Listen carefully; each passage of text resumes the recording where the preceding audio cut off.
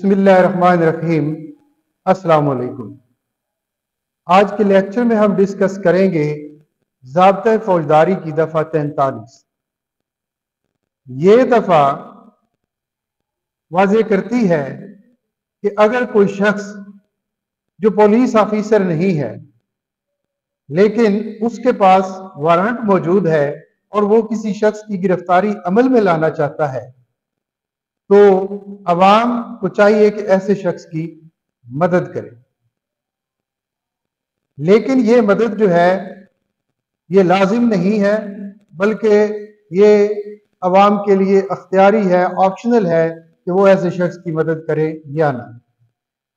और अगर ऐसे शख्स ने जिसके पास वारंट मौजूद है किसी और शख्स की गिरफ्तारी अमल में लानी है और उसे अवाम की मदद चाहिए तो उसके लिए ज़रूरी है कि मदद तलब करने से पहले अपना तारुफ करवाए, अपना नाम और ओहदा जाहिर करे और उसके बाद जिस शख्स को मदद के लिए तलब कर रहा है उसे वो वारंट भी दिखाए जो उसके पास मौजूद है। इस सूरत में आम शख्स उसकी मदद कर सकता है। लेकिन जैसा कि मैंने पहले बताया, ये मदद इख्तियारी है, ये मदद लाजिम नहीं है।